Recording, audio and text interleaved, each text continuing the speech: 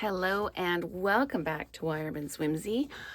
This is our fourth alternate card using elements from the Hooray for Birthdays July paper pumpkin kit.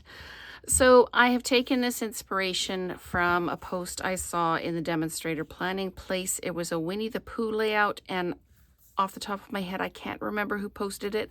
I will find it and I will give credit in the description for sure. So this is what it is. I used the Everyday Arches dies, and what you want to do is you want to cut out the base first. So I lined it up where I wanted it and I cut out the base. And then I went ahead and lined this up underneath. So where's my pieces?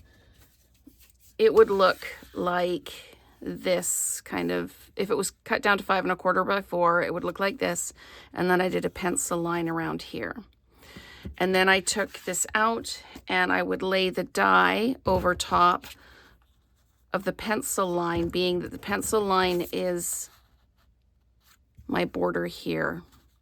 So then I just laid the die down over top of my 5 1/4 by 4. So this might be a better way to illustrate it. So I cut this piece out first, took it away, and then I lined this up so it was 5 1/4 by 4 on the back, centered, and then I turned it over. And then this is where this would be in here. And I drew a pencil line around like this. And then when I pulled this off, this was here. And I've erased the pencil line. I should have left it on just for demonstration. The pencil line was here. So when I put this piece in the cut and emboss machine with the die around it, well, I can show you that. I'll just take the die out. Put everything away. I was trying to have a tidy desk, and I'm not explaining this very well. But let's just pick up the die, and I think it's this one. So the pencil mark would have been here. You can still see a little bit of it here. So I just lined this up so that it was all equal around the pencil mark. And then I used sticky notes. You can use washi tape, whatever you have, to hold this in place, and then die cut it out.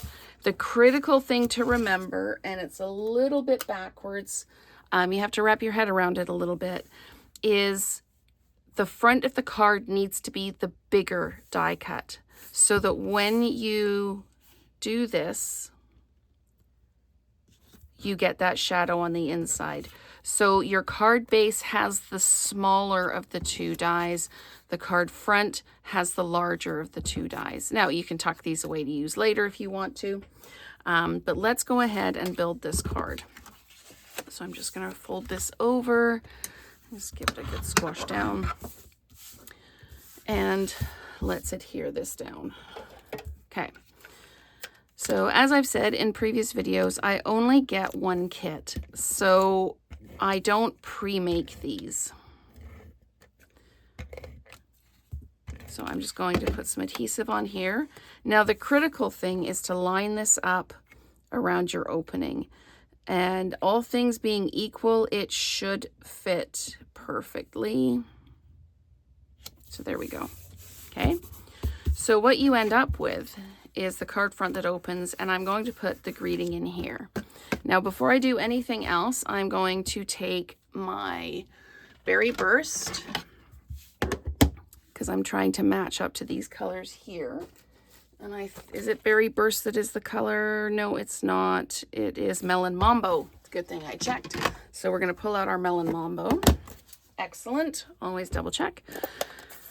And I'm going to stamp the Hooray right in this opening here. So I'm just going to pull it towards myself so that I can see what I'm doing.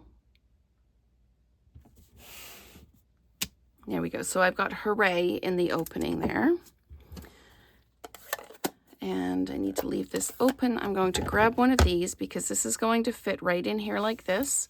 And I'm going to put birthday wishes on this one. And again, just trying to line this up here. Here we go. And I have had some comments that there's a bit of a struggle with stamping the greetings, and that one's blurry, so I'm going to do it again. And what I found is when I use my old style foam pads, the greeting comes out really, really well.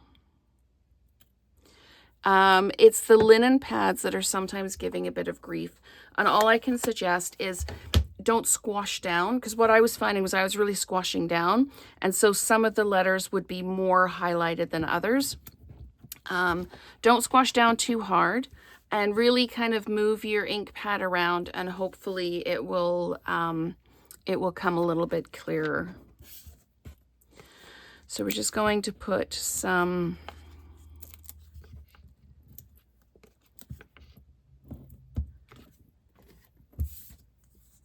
dimensionals on the back here. Sorry, you can tell when I'm thinking on the videos because I go quiet. So, sorry, the brain was wandering far ahead of where the mouth was. Okay, so we're going to pop this down. So that's going to go there like that. So when we open it up, we've still got the Hooray, and there's still room to write. And I'm going to just put a little bit of adhesive right here. And I'm going to use this from the kit, and it's going to overlap like that. And I'm not worried about that big gunk of adhesive there because I'm putting a flower right over top of it, like that. Okay, and then I'm putting this, one of the smaller flowers, as a center to this flower, which kind of layers up the 2 tones of pink that are in the card. I'm going to use these little hydrangea hue pieces and just tuck them in. And if you find you've got adhesive that's showing through, you can just take your pick tool or anything that's not going to leave ink or anything on, and just kind of pick it up a little bit. So we're going to tuck this one in like that. Okay. And the rest of the card is quite plain. You could absolutely add more flowers to it. I only have one kit, so I don't want to take too much of my remaining bits because I've still got a couple of cards to make. But that is the gist of it. And I am going to take my in color dots, and I'm going to add some. I'm going to add one right there like that. And then I'm going to add a blue one to the center of this flower. And the blue one, sorry, I should say hydrangea hue, one to the middle of this one.